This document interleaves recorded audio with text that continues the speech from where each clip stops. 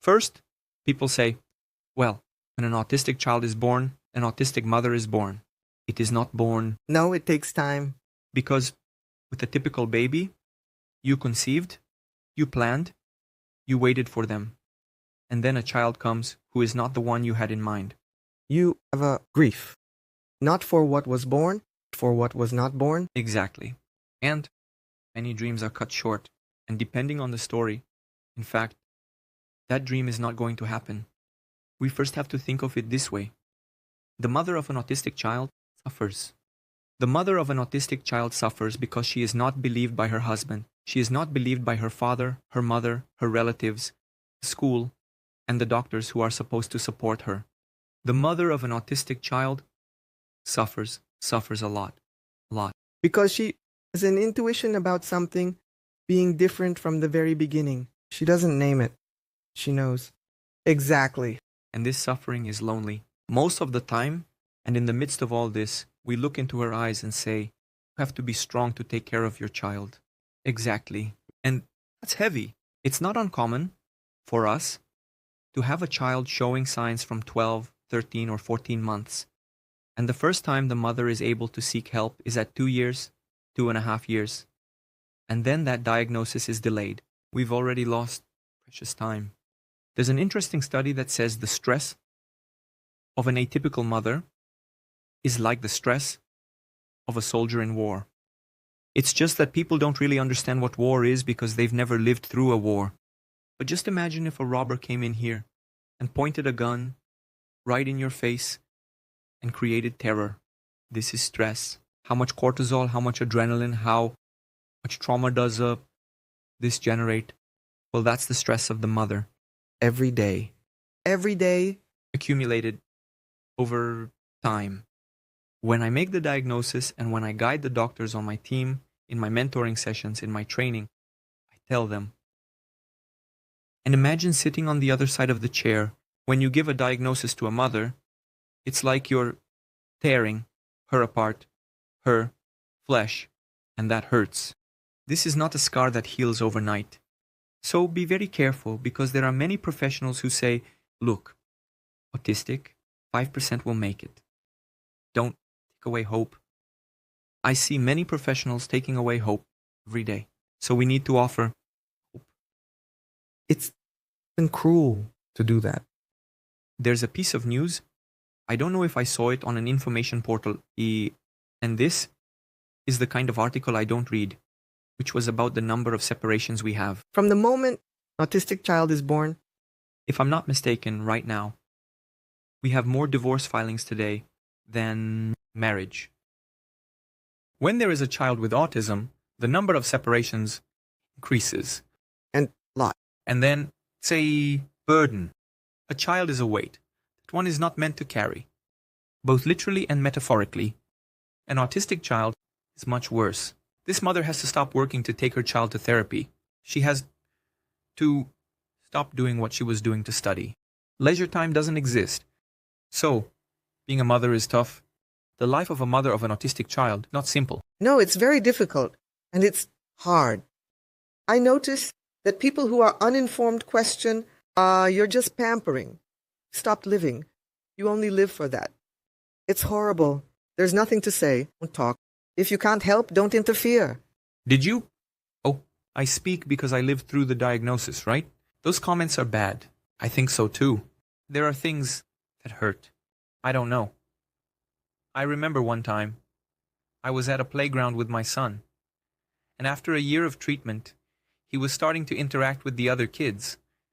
But the other kids were really hyperactive compared to his development. And then I saw that he was trying to get closer, but he couldn't play. So we kind of swallow our tears, and I'm going to be his buddy today. I was his buddy many, many times.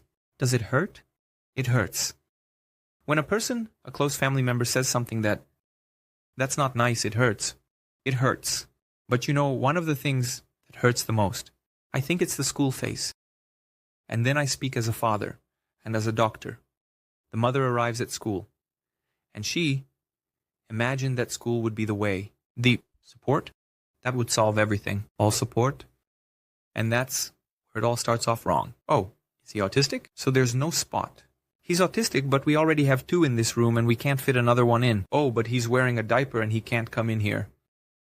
I heard from the principal of our school, from one of the schools I attended, that I had a child here who at 5 years old didn't speak, but spoke later. And you think, in theory, it's the highest level of education.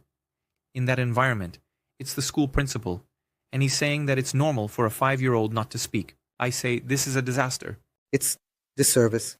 It's a disservice. It's the announced apocalypse. Educational service. Exactly.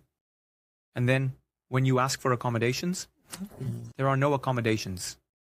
And the autistic child needs individualized support. If people understand the following, if I take this little 2-year-old autistic child, treat him really well, studies say this: by the time he's 5, the vast majority of them will be able to wash their hands. This kid will do it on his own now. Exactly. But that's it. Well treated from 2 to 5. There are some variations that can go until 6. Sometimes it starts a little earlier, sometimes a little later. But 80 to 90% of autistic kids should follow this natural order. This rush. Exactly. And when we went to the school, and I say this because I've heard it many times, we talked to the principal and said, look, our son needs treatment. He said, I'm going to protect your son because what you're doing is cruel. Him.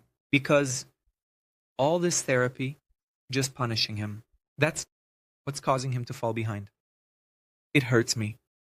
But can you imagine for my wife, who is giving up her career, giving up everything, having to hear that from a principal? How many times, Anna and Alex, I've had to write reports saying, look, this guy, he's autistic and he doesn't. Could you please allow him to bring food from home? Because the school didn't allow food. That wasn't from the school.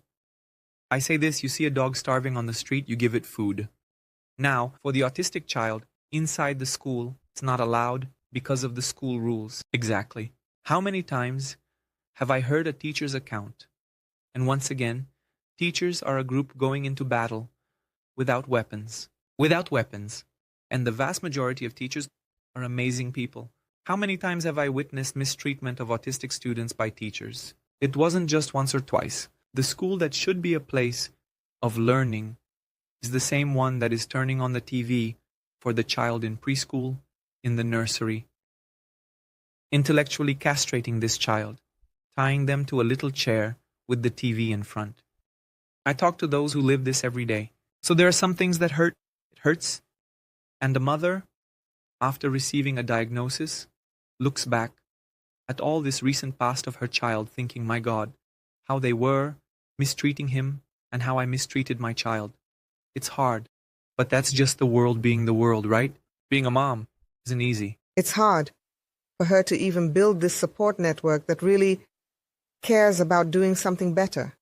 Because we live in a time where everyone is finding their voice. But we can't use our voice to undo things that are working. The biggest support network for autistic mothers is other autistic mothers. Other autistic mothers. I think that's kind of common, right? Or the mothers of the mothers. Exactly. The maternal grandmothers. I really noticed that this sympathy. And they also seek to interact. The maternal grandmothers, especially, I'm not excluding the paternal ones, because I've seen that happen too. They, when they take it upon themselves to study to defend their grandchild, are also... It's amazing. Incredible. Incredible. Incredible. I've seen that happen.